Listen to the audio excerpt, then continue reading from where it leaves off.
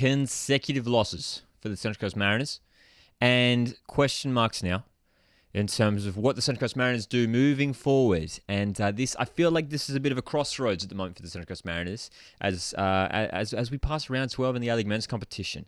And, after such a promising start and now picking up a couple losses, which is, I guess, a bit of a reality check for the Central Coast Mariners. That's what I want to call it. And rather than maybe a crossroads, it's a reality check. It's just bringing us back down to earth a little bit. And it's a big result. And considering that we have the biggest game in less than the week as the Mariners travel to Melbourne to take on Melbourne Victory in the FFA Cup Final. But we're going to talk about this game, how it played out, how it happened, and we're doing it live right here on YouTube. And of course, we'd love to get your thoughts on this game, so you can jump into the comments. Let me know. What were your thoughts on the performance for this one, man? For Central Coast Mariners and for Sydney FC, who this is a big result for Sydney FC. It has to be said as well. But look, heading into this game, I mean, in terms of lineups, I want to talk about the lineups first of all. And of course, the big news: Jason Cummings made a start. I was surprised. I was expecting to see him off the bench, but he started alongside Arenia, and it was a fascinating lineup for the Mariners because Maresh started out in the wing. It was the first ever time Maresh has played in a wide position. Benny and Kalolo on the left hand side. It was Harry Steele who came into the middle of the park in place of Max Ballard, and in the back line, of course, no Kai Rolls out on international duty, so Dan Hall starting in the centre of defence. Louis Miller was back at right back, and there were some players, of course, missing for Sydney FC as well. They made some changes to their side. Talbot came in to start at right back, Connor O'Toole at left back once again. Of course, Joel King securing his move overseas, and Mustafa Ramini getting his first start in the Sydney FC shirt as well. So I can see you guys in the live chat. As well, Neon here says, "Hey, Lockie, sorry about the loss to Sydney. I heard the ref wasn't that good though." And we will be talking about some of the decisions that were made in this game because there were some interesting ones, and that may or may not have led to some goals. Xander's in the chat. Xander, of course, Sydney FC fan, says, "I'm actually not sad on post-match reviews for once."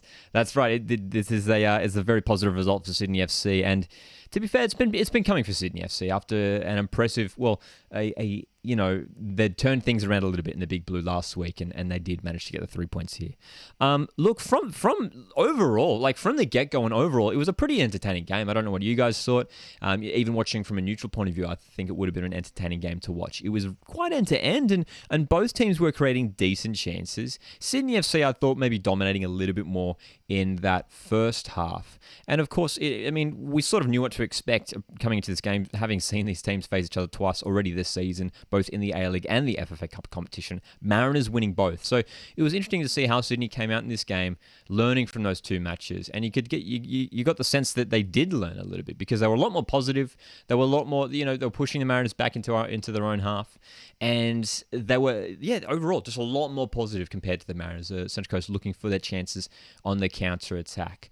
Some good chances being created here and there for both sides. Sydney FC probably having the better of the chances. It looked like it was going to go into the halftime sheds 0-0, but it was an Anthony Caceres penalty at the end of the first half. A handball judged by Kurt Ams by Jacob Farrell. Upon replays, I've got no problem with it. I think it's definitely a handball. Farrell's arms are away from his body, so definitely a handball, man. And look, coming into the second half, of course, changes were made. Joshy Nisbet into the lineup. Should have started. Absolutely should have started. I believe our best player, Josh Nisbet, absolutely fantastic, and we need him on the field at all times. I think that's crucial. And look, we made it. We turned it around really early in that first half. Oliver Bozanic stepping up with a goal, a fantastic goal. He loves shooting from range. Sometimes it doesn't work out, but this was a fantastic strike off the underside of the crossbar, and he loved it. You could tell with the celebration. He was pumped about it, man. So 1-1, and then just 4 minutes later, Jason Cummings gets the ball after Marco Renier works it up the right-hand side, comes into Jason Cummings, finds the space, and he had a really good chance in the first half. Cummings probably had the Mariners' best chance in the first half and put it away with a fantastic finish. Just, again, off the post, off this time the inside of the right upright to take it into the back of the net past Stuart Bell, former Central Coast Mariners goalkeeper. So, look, from there, I was like, cool, we're in a good position. This is looking good. Central Coast Mariners are very good at managing games at the moment, controlling things. Sydney FC, starting to come back once again. And again, this sort of shows that maybe Sydney FC have sort of turned a corner in terms of their attitude when it comes to games now. Their ability to come back in this game. I mean, I don't know whether you could put that down to some poor defensive mistakes from the Central Coast Mariners or whether it was a Sydney FC just really digging in and Steve Corica managing things tactically quite well and kept his side positive even despite losing that lead that they went into the halftime sheds with. Again, making changes as Sydney FC like to do. Bobo once again coming on, and we know that he was the hero for Sydney FC, grabbing a goal, the second goal in the Big Blue last week, and he did it once again here. And this is where the controversy was around. And initially, we thought it was offside. Everyone thought it was offside. It went onto Twitter and just a whole bunch of confusion. Look, Bobo was clearly the last man from what we saw on the replay, but from the explanation that we've heard, in this game, it was just a few minutes after the goal actually that it was a judge that. It came off a Mariners player last. So the Sydney FC player, I believe it might have been Max Burgess, or maybe James Donachie, I think. But it didn't touch them in the end. On initial viewing, it looked like it had. And it certainly looked like an offside. On the replay, I can't accept that. Again, for me, that's an acceptable decision. There wasn't any clear deviation from the Sydney FC player. And actually, regardless of where a Mariners player hits it, Bobo was onside from the initial ball that did come into the box. So again, another refereeing decision. I know a lot of people are sort of talking about the refereeing decisions. Again, the penalty in the first half and Sydney's second goal, I don't have a problem with because for me, from what I saw, both acceptable, man, both acceptable. And then Sydney FC kept going, and Anthony Caceres scoring in the 79th minute. Xander says Caceres. Always rated. What a lad. He's a player who's really had to step up his game this year with some big players missing for Sydney FC. With, he's replacing Costa Barbarouses on that right-hand side. Of course, I've got no Luke Bratton in midfield. So they needed someone like Caceres, who is now an experienced A-League player, to step up, and he did it in this game. He was fantastic, chipping in with his 2 goals. And it was that third goal was frustrating from a defensive point of view for the Central Coast Mariners. And this is where, and of course, Sydney FC went on to win the game. And this is where we'll talk about the tiredness and potential. We know that last week we had 5 players out with COVID. And again, before that, so many, I can't remember the exact figure of players who had COVID, but I think it was at least 10 in the squad before that who had COVID. This game, more than ever this season, you could tell the lads were tired. The lads were exhausted. There was a real sense of... The players just looked lethargic. Ruan Tongik, absolutely done. Louis Miller, he was busted too. He came off late. These players just not able to run out this game. And it's worrying. And look, I'll raise the point again. And again, this is... Look, I'm so excited that Jason Cummings is here. And look, he scored a golden debut. And I think he'll bring some excitement and some real... he's a class striker. But I've raised it multiple times in the past few weeks, ever since the Cummings rumours came out, that bringing in another striker is the last thing that the Central Coast Mariners needed to be worried about. It's the last thing we needed to be worried about, bringing in another striker. When you already have Maresh and Matt Simon, fantastic combination. Yes, I know Matt Simon's injured. We bring in Nikolai Muller, who on his day can be a fantastic player in the A-League. So already, there's a solid group of players. You got Damien Sekenis coming through. Fantastic striker with a lot of potential. Harry McCarthy, Garen Kowal, Manny Agwek. All these exciting young players coming through. Multiple exciting players. And to bring in Jason Cummings before shoring up the numbers in defense, before shoring up the numbers in midfield. I don't understand it. I can't quite comprehend because we saw in this game we were lacking the players, we were lacking the numbers to cover these positions where players were clearly tired. You got the sense that Monty almost forced Ruan Tongik to stay on the field because of course we had no Kyle Rolls because credit to Dan Hall, I thought he was fantastic today. But I don't know. I don't know if that's a hot take or whether fans will agree or disagree. We'd love to get your thoughts. But again, and it's nothing against Jason Cummings. Again, I'm so excited he's at the club. But imagine what it would have been like if we had, an extra decent central defender. Pretty much every team in the A-League has at least 4 defenders who could start and play a decent game. The Mariners don't have that at the moment. Same thing in midfield. Oliver Zanuck and the young guys, Harry Steele and Max Ballard, who I absolutely love, and I think they're both fantastic. But again, it's starting to look a little bit thin now. And I think despite the exciting start and seeing all these young players flourish, in a long A-League season, it's going to be a big ask to expect these young players to perform at such a high level for the whole season. And I think now that we're starting to enter, a few months into the season, yeah, man, it's an interesting one. That's for sure. SB4 in the live chat asks, what do you think about the second Sydney goal? Yeah, dude, I'm okay with it. I really, really am. And again, at the time, I was in absolute shock and was incredibly frustrated. But upon the replay, and as they said in commentary, it was adjudged that the Sydney FC player didn't make contact with the ball. And from what I saw, it looks correct to me. So I don't have a problem with it. Bobo was onside from the initial delivery. Neon JD says, I think that Monty is trying to move some players like Maresh into an attacking mid or normal midfielder role. Yeah, so I mean, Maresh is a good one to bring up then, Neon, because we saw him play in a different position out on the right hand side of and it's an interesting position to play in a 4-4-2 formation. You expect a lot of defensive work. Now Maresh, his defensive qualities aren't the best aspect of his game, and I think the selection for this game was incorrect. I think, if I was picking the lineup for the FFA Cup, I think I'd start with those two strikers. But I would start Nisbet on the right, 100%.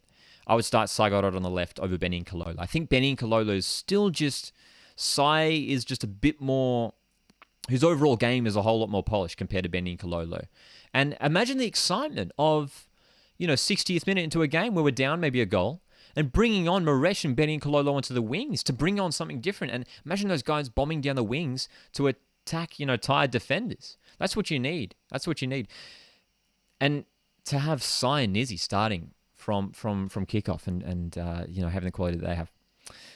Marcus says, tough one for you. Dude, it is a tough one to take. And it's... I'm more sort of, thinking now, like... I was saying earlier, it's a bit of a reality check. For us at the moment, hey. Bay Area Buggy in the live chat says, one major injury to the backline for the Central Coast Mariners might cost the season with not a huge number of players. Do you think, he can go there easily? Yeah. And dude, I mean, that's perfectly sums up what I was talking about a minute ago. I mean, we've now been tested with the departure of Kai Rolls. Well, not departure. He's briefly away with the Socceroos, and hopefully he'll be back and fit to play for the FA Cup Final, because my goodness, we desperately need him. But yeah, man, I don't understand why we bring in another striker. I mean, it's gonna mean it's gonna be either Maresh, Nikolai Muller, and if Matt Simon comes back fit, there's gonna be 2 or 3 strikers, quality strikers, not even starting on the field for the Mariners. I don't get it. Obviously, it's not like we can expect an explanation from the club. Like it's not like a big deal like that. It's not the worst thing, but. For me as a Central Coast Mariners fan, it does perplex me. It does perplex me, and I don't know. Am I sounding crazy? Do other fans agree? It's an interesting one. Hey, Xander says, surely a Renya red card for stamping on Donachie's head multiple times, knowing what he was doing. Very serious foul play. I think the yellow card was certainly fair. Arenya, we've seen him play. He's played 30 plus A-League games now, has he? And even from the one red card that he got last season, he was suspended for a few games. Again, even that was not malicious. And we've never seen malicious play from Renya, and I don't think that was there. I totally understand how it could be viewed that way. Donachie was pulling in the ball, and I think Marco, just being the competitive man he is, he's trying to continue playing on. He wants to keep going. Probably did go in too aggressively, but I don't see it as a red card. SB4 says nothing is going... you just removed that message. That's all good. But look, big result in terms of the FFA Cup coming up this weekend. And what does it look like for the Central Coast Mariners now? Because we're now entering this massive fixture with 2 losses and conceding 6 goals across those 2 games. Hey. William, have we talked about Cummings yet? Yes, dude, did touch on Cummings. He did look promising in that fantastic second goal that he scored. What did you think of him, Will? What did you think of him? I was surprised that he started, and it was obviously the plan from the get-go to give him 60 minutes. But yeah, man, I thought he was okay today. I thought he was okay. I thought he was good. I mean, we're all expecting big things from him. But to score a goal from, I mean, you imagine a lot of his goals will come from like sort of, tap ins and being that sort of the poacher inside the box. But that was a really nice goal taken from outside the box. The word going around, Dean in the live chat says, word going around is that there's 4 players apparently on their way out. Beerus, Tongik, and 2 others apparently. The Beerus and Tongik rumors, yeah, the ones that have sort of been circling for a little while now. And 2 others. So I haven't heard anything about 2 others. Kai Rolls wouldn't surprise me with his incredible form and his Socceroos call-up. I mean, just look at Joel King, a player who's been building good form over recent years. Performs really well in his first Socceroos appearance. A couple of days later, scores a move to, where has he gone? Denmark, Joel King, I think. So, yeah, look, it's interesting. It's interesting, hey. William says, loved every minute, but was surprised he started, especially with Maddie being there. Was Maddie... So yeah, we did see Matt Simon at the game. But he's not fit yet, is he? Surely he's not fit. Haven't heard anything about Simo being fit yet. SB4, this is a good question. Do you think Birigidi will leave? Do I think Mark Birigidi will leave? Look, we saw the thing. I don't know if for those that missed it, there was an Instagram story that was circulating. Was this a week or 2 ago? I think that Mark Birigidi reshared a story from his wife's Instagram story. They were getting passport photos for their baby, and it's the funniest way to like confirm a transfer rumor, but that does kind of confirm it. And look, I wouldn't be surprised if Mark Birigidi does leave in the next few weeks. Yeah, man. Dean says, my guess would be Kai Rolls and Nisbet. Yeah, I mean, Kai Rolls for sure. Nisbet, I feel like not just yet. I think he's close, but look, hypothetically, if all 4 of those guys were to leave this transfer window, we absolutely need reinforcements. Absolutely. Oh, especially in defense. And again, I was talking about it just earlier, actually, about the Central Coast Mariners defense and how worried I am for it now in terms of its depth.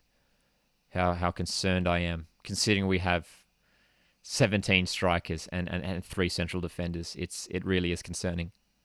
Yeah.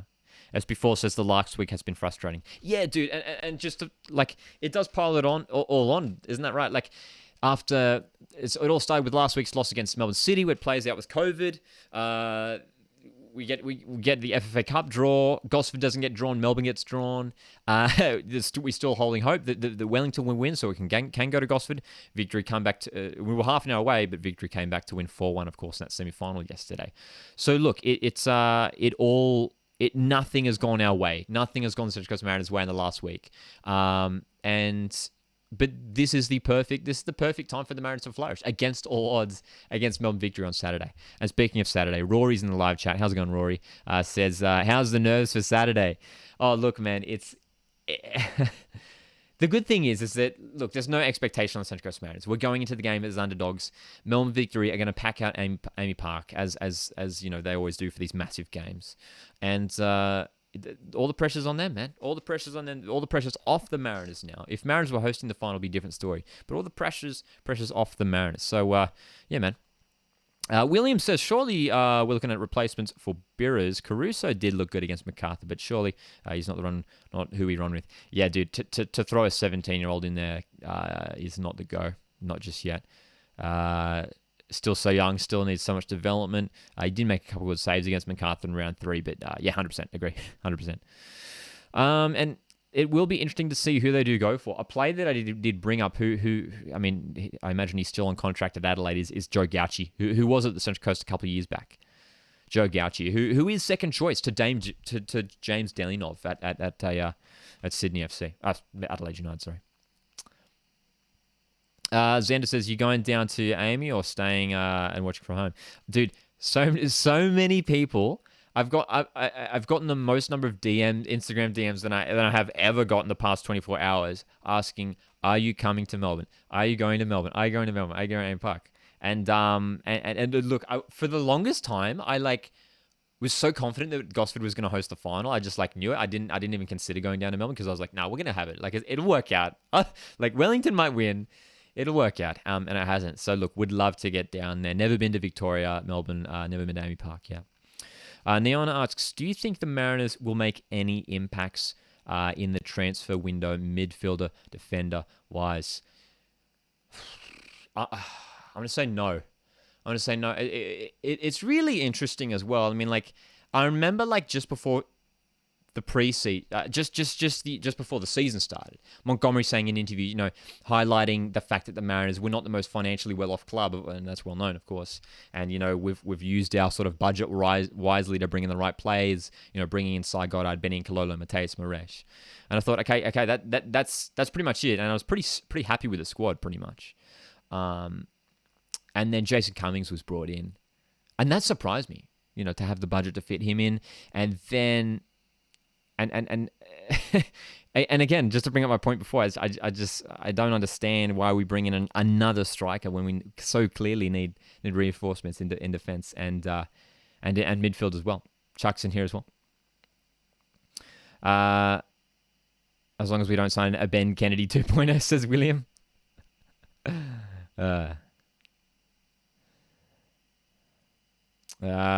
Talking about Bahaji in the live chat, but Bahaji was the only terrible one today. Couple bad misses from Bahaji. Hey, couple chances in behind. That's still a part of a game where he just needs to be a bit more clinical. Sometimes he is good, but he's just inconsistent. He's got the pace, but he's inconsistent with his finished product. You know what I mean? Yeah, man. Yeah. Xander says when Wood comes back, we need him to start more from COVID. I 100% agree. I think Wood's fantastic. Yeah, dude. SB4 says Bahaji is such a downgrade from Lafondra with the upfront quality. I agree. Oh, of course. I mean, Lafondra is one of the best strikers in the league, for sure. For sure. Lafondra for me is the second best striker in the league behind Jamie McLaren. Chuck says Bahaji needs to be dropped. I mean, does Bobo start then? Does Bobo start, while Lafondra's still out as well? But yeah, man. Chuck says in the 8th minute, Marco Rennie did a massive dive. Can't recall that one. Can't recall that one.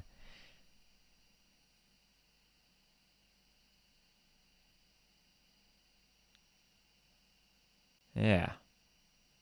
Chuck earlier just said Caceres and Elvis were brilliant. Yeah, dude, fantastic. I mean, Cam Sober's he's building consistency this season.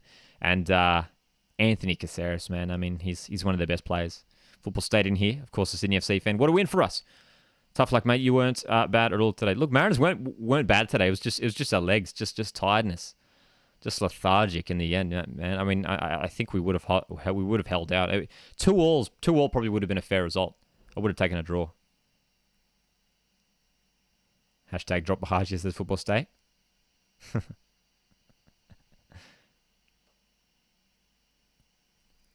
It would be interesting to see what Mariners do in the transfer window, man. I mean that's the thing I'm really curious to see. But look, just to sort of continue the discussion I was saying before, I don't think we'll see anything happen unless players leave, unless Tongek leaves. If Birigidi leaves, we have to do something. Because Yaron Souza doesn't look like he's coming back anytime soon. He had surgery, I think, was that last week or the week before or something? Maybe that was earlier. Maybe that was a few weeks ago now. Yaron Souza, who I probably would have been okay stepping up as first-time keeper. I mean, this would have been a good chance for him. And he's got some decent experience. Played a little bit of overseas stuff as well. Shark says, Mariners ran out of gas. Both goals were off the posts. Yeah, dude, that last like 20 minutes when Sydney FC started to turn it around. Yeah, and from there, I mean, Sydney FC scored the third goal in the 79th minute. From there, I was like, it's done. We're not coming back. Just because we had no energy, dude. Had no energy.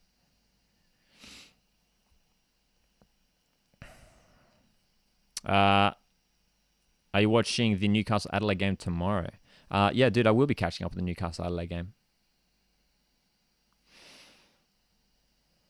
3 post hits, all 3 resulted in goals. Yeah, man. Dr. Dingo's in here. Good to see you in here. Football State says first 30 minutes were a bit lackluster, though. Rest of the game was enjoyable. Yeah, dude. I mean, overall, I enjoyed the game. I thought it was pretty entertained. Adelaide apparently up 2-1 now against the Jets. Nice. And look, man. I mean, what was I about to say? I mean, Josh, I'm just seeing your comment a little bit earlier. What was your thoughts for the Brisbane Western Sydney game? I'll talk about it full in tomorrow's video. I'll be putting up a video about the whole. I'll do a full round 12 review, but just briefly right now. Maybe the worst performance we've seen this season in the A-League from an individual team, Western Sydney Wanderers last night. Horrific, like really bad. Like I can't remember a team performing that poorly. I mean, Brisbane Roar. I mean, and look, no offense to Brisbane Roar, but Brisbane are a team that are without players that aren't performing this season, and Brisbane beat this Wanderers side who have so many quality players 3-0. 3-0. And of course we all know the big news, and I put up a video reaction earlier today if you want to check it out. Just talking about Carl Robinson and you know the fact that he's been sacked, and it had to happen, dude. Especially after this result, it couldn't go any further. Could not go any further.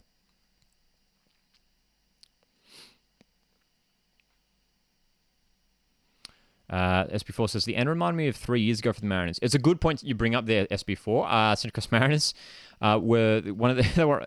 it was very iconic, very iconic Central Coast Mariners things a few years ago to completely just self-destruct in the last half an hour of a game. So I'm not saying we self-destructed in this game. We ran out of legs and Sydney FC took their chances. So, yeah, man.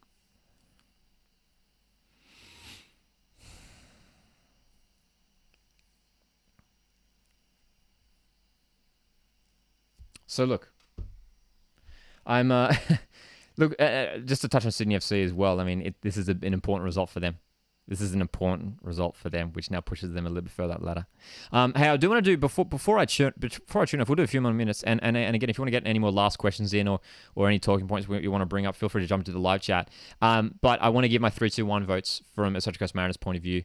I'm going to go 3 for Oliver Bozanic. I think the goal was fantastic and so consistent in midfield. Didn't really do too much wrong. So key, and it's so easy to give him 3 points because he just is such a consistent performer.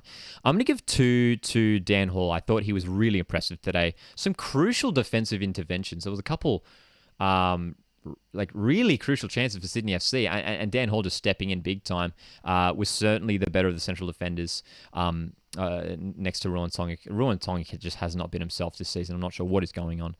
And you know, Dan Hall, we needed him in with of course no Kai Rolls, and 1 for Jacob Farrell. And here's the stat. Now I looked this up, and you guys can check this. From what I've seen, Jacob Farrell apparently this afternoon, and this is remarkable, won 12 out of 14 duels. 12 out of 14, which is remarkable. And just to put that in context, the next player I think was Cam Sober with 6. So Jacob Farrell winning 12 duels, that's a massive number. So again, Farrell fantastic tonight. Didn't really do too much wrong. So committed defensively. Cummings and Orenia were decent, says Football State. I thought this was Orenia's sloppiest games, in my opinion. I thought this was one of his sloppiest games.